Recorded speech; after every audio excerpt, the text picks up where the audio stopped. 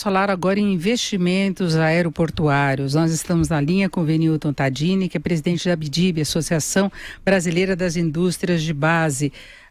Doutor Venilton, boa tarde. Boa tarde, Denise. Prazer falar com você. Bom, nós temos visto algumas notícias aí meio complicadas do ponto de vista político, não só econômico, envolvendo as concessões em aeroportos. Nesta semana mesmo houve toda uma polêmica judicial em relação à autorização para voos de longa distância no aeroporto de Pampulha, o que afetaria a sustentabilidade financeira e econômica do aeroporto de Confins, já que se previa uma movimentação muito maior.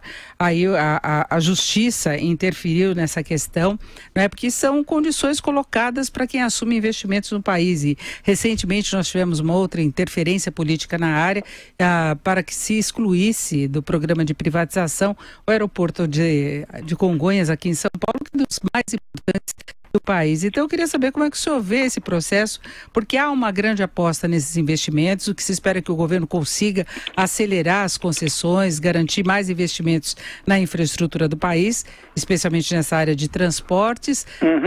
Casos como esse, o senhor acha que podem abalar muito a credibilidade? Olha, o que nós tínhamos visto desde o início desse novo governo, com a implantação do PPI, o Programa de Parceria de Investimentos, os estudos mais detalhados nos lançamentos das concessões, estava sinalizando um horizonte bastante positivo, inclusive com a articulação das agências reguladoras, a própria participação do Tribunal de Contas, quando de repente fomos surpreendidos com uma decisão absolutamente casuísta, que revogava a própria portaria do Ministério do Transporte, com relação ao que diz respeito aos voos de longa distância, de média, no aeroporto de Pampulha.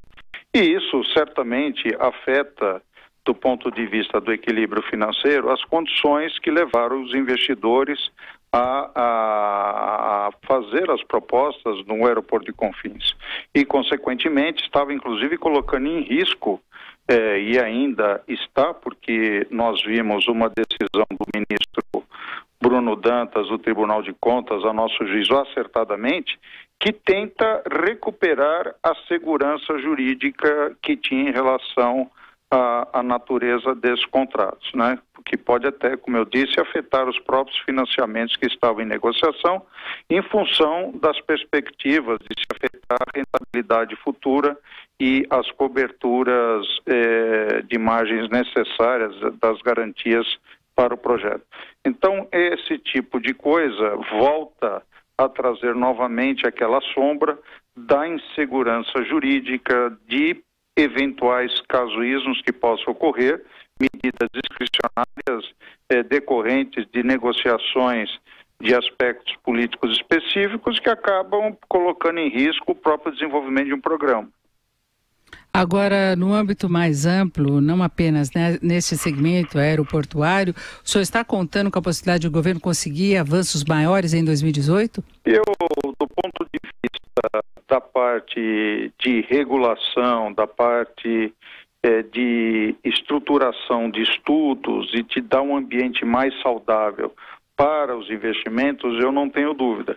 O que preocupa bastante é que ainda grande parte do estoque da infraestrutura está na mão do próprio Estado, e o Estado, nos últimos 4 anos, tem reduzido substancialmente os investimentos nesse segmento, decorrência de você ter limites do déficit operacional e ter despesas incumprimíveis, como as questões de natureza previdenciária, que ainda não se resolveu, e também a forma de tratamento de algumas despesas constitucionais.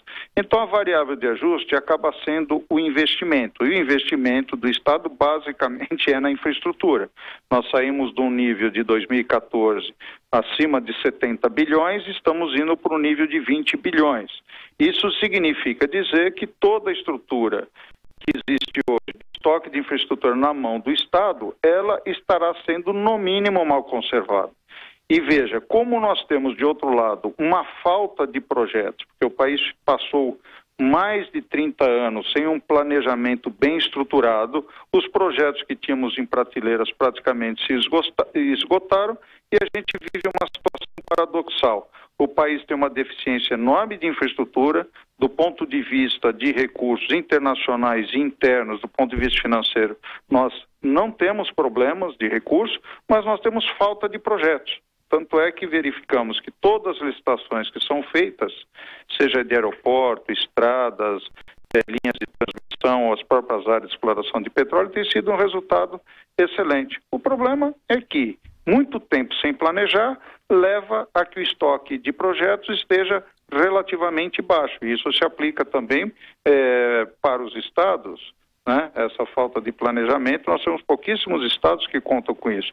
Em termos de município, que a crise financeira também afeta, temos a possibilidade das PPPs e de novas concessões, mas também, novamente, precisa de uma articulação de Estado, de poder público, para que esses investimentos voltem a funcionar.